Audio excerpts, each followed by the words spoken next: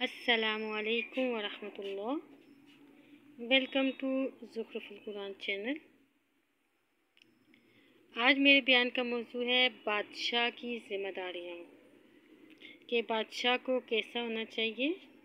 اللہ تعالیٰ اگر کسی انسان کو یہ مرتبہ دیتا ہے، حکمرانی دیتا ہے، تو اس کا مقصد صرف مال بٹولنا، مال جمع کرنا اور عیاشی نہیں ہونا چاہیے، بلکہ سب سے اول کام جو ہے وہ دین کو قائم کرنا ہونا چاہیے۔ دین کو قائم کرنا، وہ اس طرح کہ اس کی حفاظت کرے، اس کی طرف دعوت دے، اس سے شبہات کا ازالہ کرے، اس کے احکام و حدود کو نافذ کرے۔ اللہ رب العزت قرآن پاک میں فرماتے ہیں، ان اللہ یأمرکم ان تؤدوا الامانات الی اہلها وَإِذَا حَكَمْتُمْ بَيْنَ النَّاسِ أَن تَحْكُمُوا بِالْعَدْلِ إِنَّ اللَّهَ نِعِمَّ مَا يَعِظُكُمْ بِهِ إِنَّ اللَّهَ كَانَ سَمِيعًا بَصِيرًا۔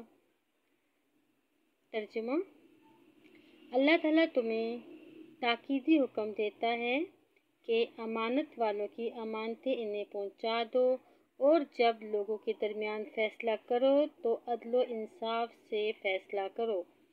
یقیناً وہ بہتر چیز ہے جس کی نصیحت تمہیں اللہ تعالیٰ کر رہا ہے۔ بے شک اللہ تعالیٰ سنتا ہے، دیکھتا ہے۔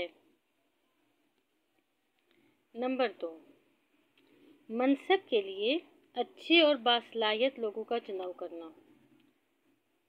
اللہ رب العزت سورۃ القصص میں فرماتے ہیں، ان خیر من استأجرت القوی الامین، کیونکہ جنہیں آپ اجرت پر رکھیں ان میں سب سے بہتر وہ ہے جو مضبوط اور امانت دار ہو۔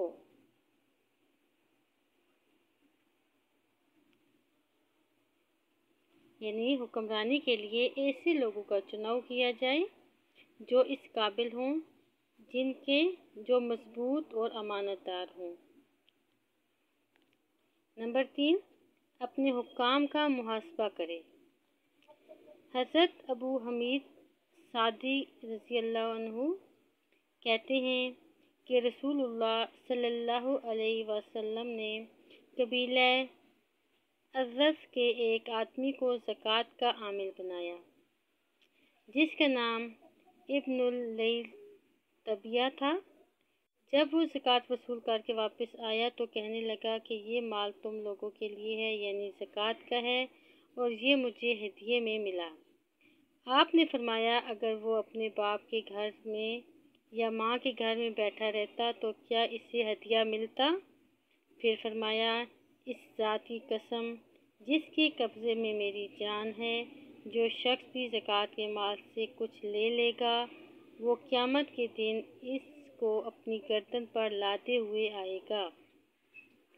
اگر وہ اونٹ ہے تو بلبلا رہا ہوگا، اگر گائے ہیں تو بھی کر رہی ہوگی، اور اگر بکری ہے تو وہ میں کر رہی ہوگی۔ پھر آپ نے اپنا ہاتھ اٹھایا یہاں تک کہ ہم نے آپ کی بغل کے بال دیکھے، اور فرمایا، اے اللہ میں نے پہنچا دیا، اے اللہ میں نے پہنچا دیا۔ ایسا آپ نے 3 بار کہا۔ یہ بخاری اور مسلم دونوں کی احادیث ہے۔ نمبر 4، رعایا کی دیکھ بھال اور ان کے امور کی تدبیر کرنا۔ حضرت عبداللہ بن عمر رضی اللہ عنہ سے روایت ہے کہ رسول اللہ صلی اللہ علیہ وسلم نے فرمایا، تم میں سے ہر شخص نگران ہے،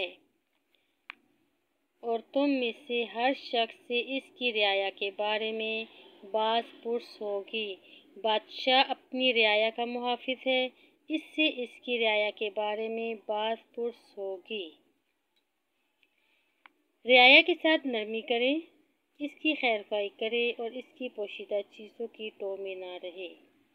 حضرت معقل بن یسار کہتے ہیں کہ میں نے رسول اللہ صلی اللہ علیہ وسلم کو فرماتے ہوئے سنا، جو بھی شخص مسلمانوں کا حاکم بنے پھر ان کی بھلائی کے لیے کوشش نہ کرے اور ان کی خیر خواہی نہ کرے تو وہ ان کے ساتھ جنت میں نہیں جائے گا۔ بادشاہ کے لیے جتنا بڑا مرتبہ ہے اتنی بڑی آزمائش بھی ہے۔ رعایا کے لیے بہترین نمونہ ہونا۔ اللہ رب العزت سورۃ الفرقان میں فرماتے ہیں وَجَعَلْنَا لِلْمُتَّقِينَ إِمَامًا، اور ہمیں پرہیزگاروں کا پیشوا بنا۔ ایک اور جگہ اللہ رب العزت فرماتے ہیں وَجَعَلْنَا مِنْهُمْ أَئِمَّةً يَهْدُونَ بِأَمْرِنَا لَمَّا صَبَرُوا وَكَانُوا بِآيَاتِنَا يُوقِنُونَ، اور ہم نے ان میں سے ایسے پیشوا بنائے جو ہمارے حکم سے لوگوں کو ہدایت کرتے تھے اور وہ ہماری آیتوں پر یقین رکھتے تھے۔ خلیفہ کے حقوق۔ اب جو حکمران ہو، خلیفہ ہو، جو لیڈر ہو، اس کے کیا حقوق ہیں؟ اس کی بات سننا اور ماننا واجب ہے، بشرطہ کہ خلاف شرع اور گناہ کے کام کا حکم نہ دے۔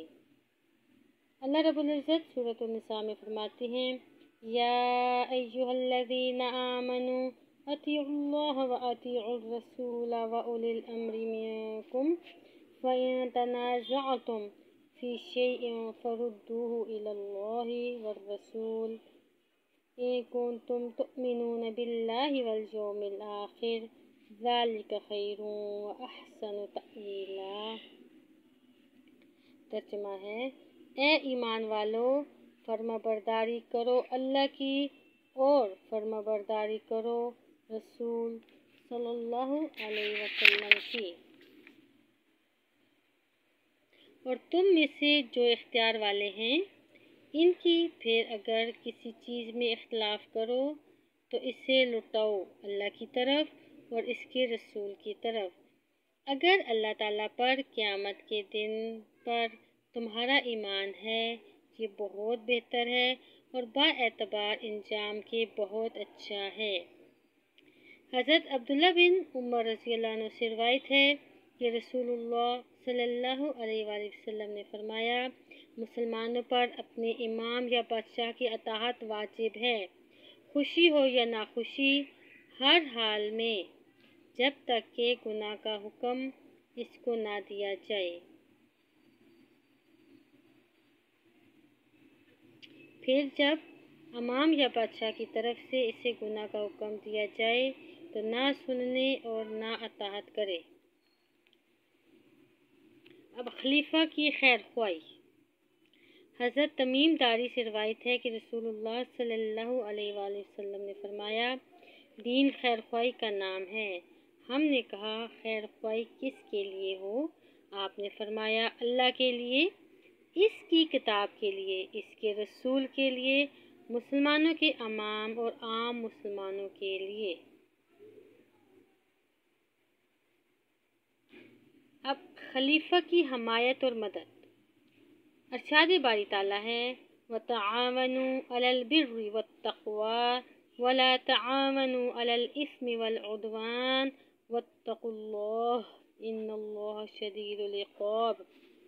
نیکی اور پرہیزگاری میں ایک دوسرے کی امداد کرتے رہو اور گناہ اور زیادتی، ظلم و زیادتی میں مدد نہ کرو، اللہ تعالیٰ سے ڈرتے رہو، بے شک اللہ تعالیٰ سخت سزا دینے والا ہے۔ خلیفہ کا وظیفہ یعنی کہ خلیفہ کی تنخواہ کتنی ہونی چاہیے؟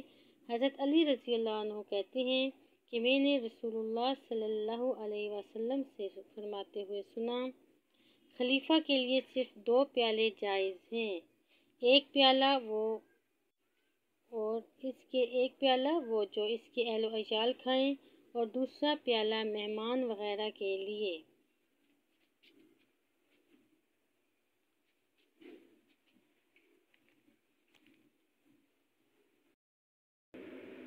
مسلمانوں کی جماعت میں پھوٹ ڈالنے والے کا حکم۔